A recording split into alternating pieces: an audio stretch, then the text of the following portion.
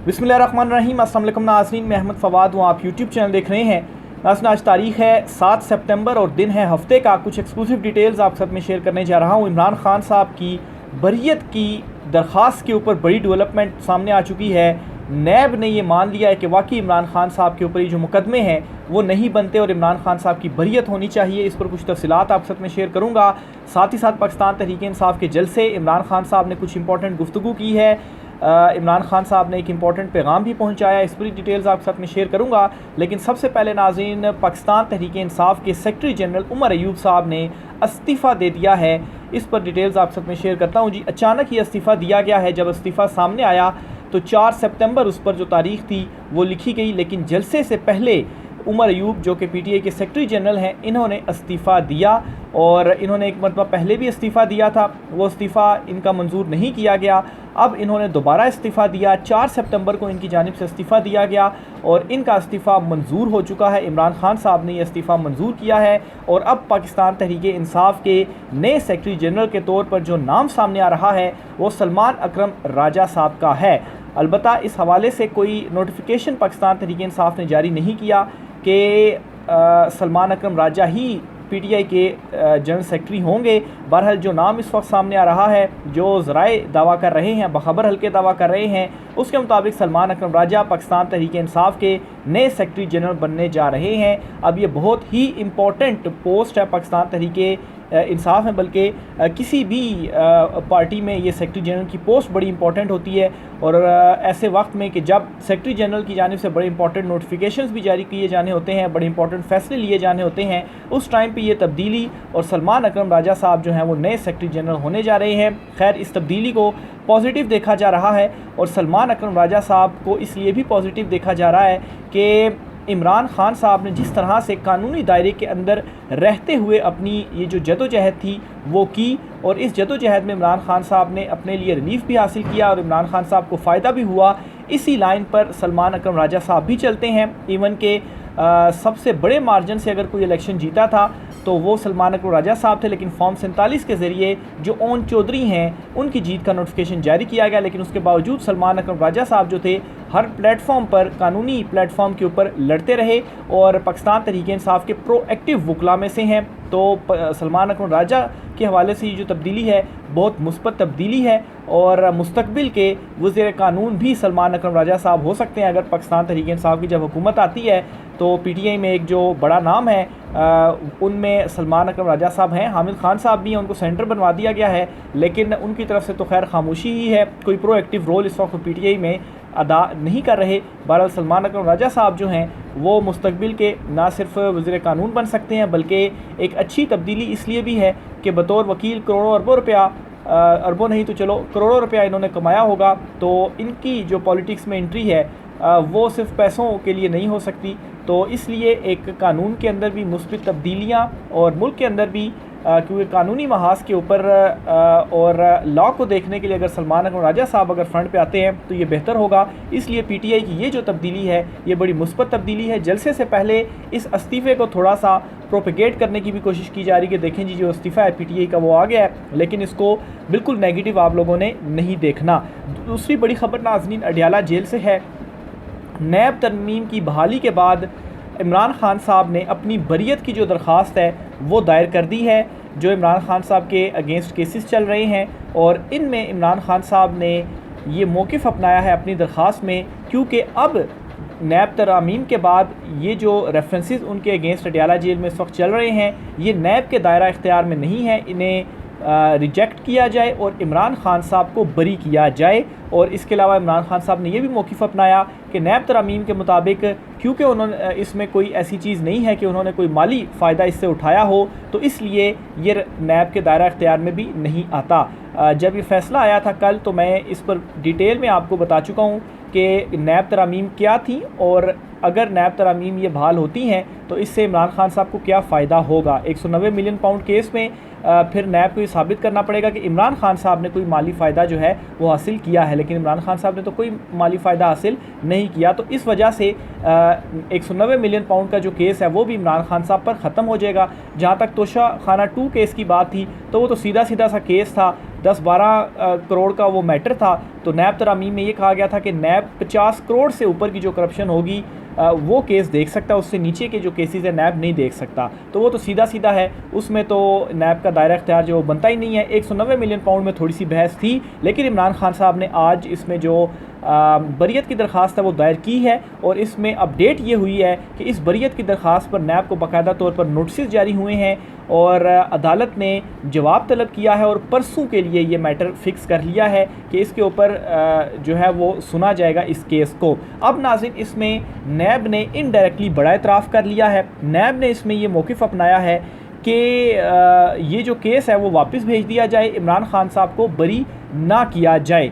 ये नहीं कि इसका मतलब क्या हुआ, नैब अगर ख़ुद ये कह रहा है जी कि या ये चाह रहा है कि उसको ये जो रेफरेंस है वो वापस भेज दिया जाए, यानी कि नैब को भी ये मालूम है और नैब ये ख़ुद एक्सेप्ट भी कर रहा है कि वाकई उनका दायरा इख्तियार नहीं बनता, इसलिए इसको वापस भेज दिया जाए। तो ये बहुत बड़ी डेवलपमेंट है, बहुत बड़ा नुक्ता है जो कि उस तरह से एक्सप्लेन भी नहीं किया जा रहा। आज की कार्रवाई के हवाले से आप देख रहे होंगे मीडिया के ऊपर कोई डिटेल सामने नहीं आ रही, लेकिन ये जो नैब ने आज काम किया है, जो उनका था कि ये वापस हो जाए, ये बज़ाते ख़ुद वो एक्सेप्ट कर रहे हैं कि अब उनका दायरा इख्तियार नहीं बनता, अदालत जो है वो ये सुन नहीं सकती, और वापस भेजने का वो इस वजह से भी कह रहे हैं। उनका नैब का ये था कि अगर वापस हो जाता है तो किसी और प्लेटफॉर्म के ऊपर ये जो रेफरेंसेस हैं या FIA को दे दिए जाएँ, FIA इसके ऊपर कार्रवाई करे, और अगर इमरान खान साहब की इसमें बरियत नहीं होती तो ये केसेस लटके रहेंगे और कोई और जो इदारा है वो इसके ऊपर जो कार्रवाई है वो कंटिन्यू रखेगा।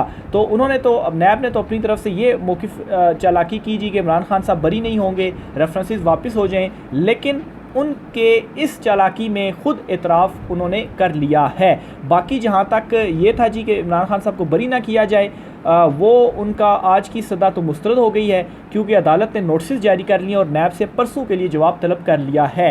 तो ये 2 रेफरेंसेस इमरान खान साहब के अगेंस्ट अगर फारिग हो जाते हैं तो इमरान खान साहब की इसमें भी बरियत हो जाती है, तो फिर तो कोई मामला ही नहीं है इमरान खान साहब को जेल में मज़ीद रखने का। फिर इमरान खान साहब ने अपनी दरख्वास्त में ये भी कहा जी कि इतना ज़्यादा वक्त चूँकि इमरान खान साहब गिरफ़्तार भी रहे, इन केसेस की समाअत चलती रही, तो अब किसी और प्लेटफॉर्म के ऊपर अगर इसको भेजा जाएगा तो दोबारा से इसको शुरू करना ये भी दुरुस्त बात नहीं है, तो यही अदालत बस बरी कर दे। तो ये बड़ा वैलिड इमरान खान साहब ने इसके अंदर जो रीज़न्स हैं वो बताई हैं। तो ये बहुत बड़ी डेवलपमेंट हुई है आज अडयाला जेल से। इसके अलावा इमरान खान साहब ने अडयाला जेल में आज ये भी इंकशाफ किया है कि 22 अगस्त का जो जलसा था जो कि हमने मनसूख कर दिया था, इस जलसे को मनसूख करने के लिए बाकायदा तौर पर मेरा मिन्नत तरला किया गया। इसीलिए तो इमरान खान साहब से मिलने के लिए सुबह 7 बजे जेल के दरवाज़े नहीं खुले, जहां पर इमरान खान साहब के अपने वकला को जो उनका केस सुन रहे हैं उनको इमरान खान साहब से मिलने के लिए डिफ़िकल्टीज़ हैं, उनको अदालतों से रुजू करना पड़ता है, इजाज़त लेनी पड़ती है। तो आप सोचें कि कोई और जो शख्स है वो कैसे इमरान खान साहब से मिल सकता है। लेकिन इस जलसे को मनसूख कराने के लिए सुबह 7 बजे अडयाला जेल के दरवाज़े खोले गए और इमरान खान साहब से मुलाकात हुई। तो इससे एक अंदाज़ा तो आप ये लगा सकते हैं कि किस कदर प्रेशर था इमरान खान साहब का, कि आप ताकत का इस्तेमाल कर करके थक चुके हैं। नहीं तो इमरान खान साहब को कि जलसों को ताकत से भी रोकने की कोशिश की गई, आया क्यों इस जलसे के हवाले से ऐसा नहीं किया गया और इमरान खान साहब के मिन्नत तरला किया गया। तो साफ मतलब ये है कि इमरान खान साहब के आगे हैंड्स अप कर लिया गया है, या इसको आप ऐसे भी कह सकते हैं कि खान साहब से जो माफ़ी है वो मांग ली गई है, इसीलिए जाकर जो मिन्नत तरला था इमरान खान साहब का किया गया। और ये इमरान खान साहब ने आज ख़ुद इस बात की तस्दीक की है। फिर उसके बाद इमरान खान साहब ने जलसा मनसूख किया, लेकिन खान साहब ने यह भी मज़ीद कहा है कि ये जलसा मनसूख करने के बाद मुझे इस बात की भी यकीन दहानी कराएगी कि नेक्स्ट जो आपका 8 सितंबर का जलसा है, इस जलसे में कोई रुकावट नहीं डाली जाएगी, आप जलसा करेंगे। इसीलिए जो NOC था आज वो भी जारी हो चुका है। कल पाकिस्तान तहरीक इंसाफ जलसा करने जा रही है, लेकिन हुकूमत अपनी तरफ से जो रुकावटें हैं, ये चुनतखीब हुकूमत वो डाल रही है। जलसे के मकाम तब्दील हुए, इस्लामाबाद को कंटेनर सिटी एक मरतबा फिर से बना दिया गया, लेकिन PTI ने ये ऐलान कर दिया है कि कोई भी रुकावट होगी उन तमाम रुकावटों को अबूर किया जाएगा। एक तो जी बैरिस्टर सैफ हैं, ये इन्होंने बड़ा इंपॉर्टेंट बयान दिया और कहा है कि किसी भी रुकावट को हटाने के लिए पूरा जो इंतज़ाम है वो किया है। जलसा रुकवाने के लिए जाली हुकूमत ने ओछे हटकंडे शुरू कर दिए हैं। जलसा गाह में जो पुलिस है उनकी जानिब से तोड़फोड़ भी की गई और जलसा गाह तक काफ़ी ज़्यादा पैदल चल कर जाना पड़ रहा है। लेकिन इसके बावजूद पाकिस्तान तहरीक इंसाफ ने ये जो जलसे का चैलेंज लिया है अपने लिए, लोग पैदल चल कर भी जलसा गाह तक जाएंगे। थोड़ा बहुत पैदल चलना पड़ेगा क्योंकि थोड़ी सी जगह जो थी वो तब्दील की गई। बहरहाल जी, इसके साथ ही पाकिस्तान तहरीक इंसाफ ने यह भी कहा है कि KP से बुलडोज़र, इसके अलावा क्रेन और शेलिंग से बचाव का जो सामान है वो भी हम लेकर आएंगे, ताकि अगर इन्होंने इस तरह का कोई इकदाम किया तो हमारे पास तमाम जो तैयारी है वो मुकम्मल होगी। रुकावटें डाली गई, कंटेनर डाले गए, खड्डे जो है वो खोदे गए, तो इन तमाम रुकावटों को अबूर करने के लिए हमारे पास तमाम सामान मौजूद होगा। इसके अलावा शेलिंग की गई तो उसके लिए भी हमारे पास सामान मौजूद होगा। बुलडोज़र भी हमारे पास मौजूद होंगे। बुलडोज़र से अगर खारदार तारें लगाई तो उनको कुचल दिया जाएगा, उनको हटा दिया जाएगा। और क्रेन होगी, अगर रोकने के लिए जलसा कंटेनर रास्ते में लगाए गए तो वो भी हटाया जाएगा। तो ये जी बड़ा जो फ़ैसला है वो किया गया है। इसके साथ ही इमरान खान साहब ने जेल में मज़ीद कुछ गुफ्तगू भी की है। उसमें इमरान खान साहब ने ये कहा है कि जनरल रिटायर्ड बाजवा के बगैर जनरल रिटायर्ड फैज़ हमीद का जो ट्रायल है वो बदनीयती है। ये इमरान खान साहब की जानिब से कहा गया है। और बदनीयती इस वजह से इमरान खान साहब ने करार दिया क्योंकि ज़ाहिर सी बात है, जब आर्मी चीफ जनरल बाजवा थे तो तब ही जनरल फैज़ हमीद जो थे वो DGISI थे, तो उनके बगैर किस तरीके से वो इक़दाम जो थे वो कर सकते थे। ये कोई इतने आसान मैटर्स नहीं होते। तो इमरान खान साहब ने ये चीज़ जो है वो आज कही है। इमरान खान साहब ने इसके अलावा ये भी कहा कि हमारी पार्टी ख़त्म करने के लिए सानिया 9 मई पर इमरान खान साहब ने कहा कि 9 मई की CCTV फुटेजेस उनके पास हैं, ये सामने लाएँ। 9 मई हमारी पार्टी ख़त्म करने के लिए करवाया गया, मेरी गिरफ़्तारी का आर्डर किसने दिया, इसकी इंक्वायरी कराएं। ये मुझे जनरल रिटायर्ड फैज़ के ट्रायल से डरा रहे हैं। हालांकि जनरल फैज़ जब भी मिलने आता था तो वो जनरल रिटायर्ड बाजवा की इजाज़त से आता था, क्योंकि ISI चीफ़ आर्मी चीफ़ के मातहत होता है।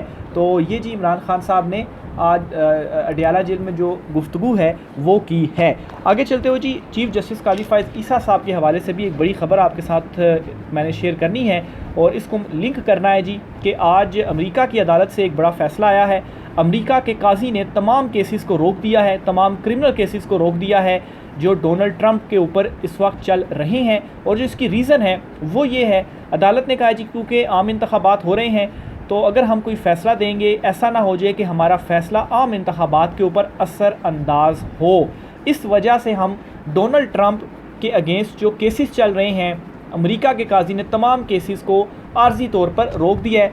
इंतखाबात के बाद जो है वो फिर केसेस को चलाया जाएगा, लेकिन इंतखाबात के लिए रोक दिए गए हैं। अब नाज़रीन, इसको थोड़ा सा कंपेयर करें पाकिस्तान के हालात के साथ, तो इमरान खान साहब को तो सज़ाएँ सुनाई गई इलेक्शन से पहले इमरान खान साहब को आउट करने के लिए। फिर चीफ़ जस्टिस काजी फ़ाइज़ ईसा साहब जो कि इंसाफ के दाई हैं, इंसाफ उन्होंने फ़राहम करना है। हालत इस वक्त सुप्रीम कोर्ट में ये है कि 60,000 से ज़ायद केसेस की पेंडेंसी है, यानी कि 60,000 से ज़्यादा केसेस सुप्रीम कोर्ट में ऐसे हैं जो फ़ैसलों के मुंतज़िर हैं, जो लोग इंसाफ के मुंतज़िर हैं। लेकिन चीफ़ जस्टिस काजी फ़ाइज़ ईसा साहब जो अपना मेन काम है इंसाफ फ़राहम करने का, उसको छोड़कर रात को 12 बजे के बाद वो फ़ैसला सुनाते हैं पाकिस्तान तहरीक इंसाफ से बल्ले के निशान वापस लेने का।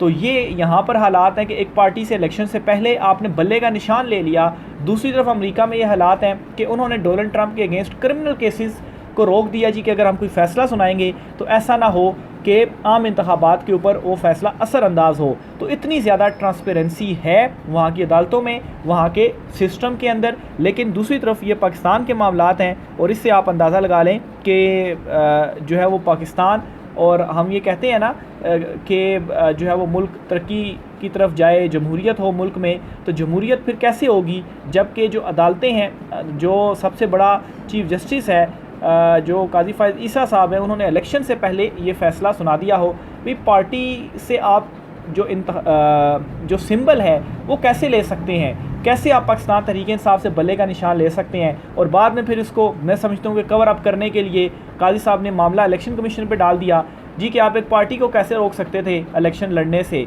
हमने ठीक है बल्ला लिया, लेकिन आप पार्टी को रोक कैसे सकते थे इलेक्शन से। तो ये आप पहले ये चीज़ें आपने वाजे क्यों नहीं की अपने फ़ैसले में। और इलेक्शन कमीशन ऑफ पाकिस्तान वो तो वैसे ही बज़ाहिर सहूलतकार बना हुआ है, मौजूदा चुनतखब हुकूमत का, और फॉर्म 47 के ज़रिए उसी ने ही तो इस हुकूमत को बिठाया हुआ है, तो वो क्यों ना बज़ाहिर सहूलतकारी करता। और फिर उसके बाद जो है वो काजी साहब जो है वो कवर भी फ्राहम करते हैं सिकंदर सुल्तान राजा साहब को भी, और फिर 2 जजिस भी कहते हैं जी कि मखसूस नशिस्तों का जो फ़ैसला है उसको जो है वो अगर गैर आइनी है तो उसको ना माना जाए, यानी उन्होंने कहा ना गैर आइनी फ़ैसलों को ना माना जाए। तो ये अब हर कोई अपनी ट्रांसलेशन करेगा कि ये आइनी फ़ैसला है या ये गैर आइनी फ़ैसला है। अदालत ने जो फ़ैसला दे दिया उसके ऊपर इम्प्लीमेंट करना पड़ेगा। तो बहरहाल जी ये हमारी अदालतों के किस्से हैं, ये हमारी अदालतों के अंदर जो मामलात हैं वो चल रहे हैं। राय का साथ कीजिएगा। आज की व्लॉग से इतना ही, इजाज़त दीजिए, अल्लाह हाफ़िज़।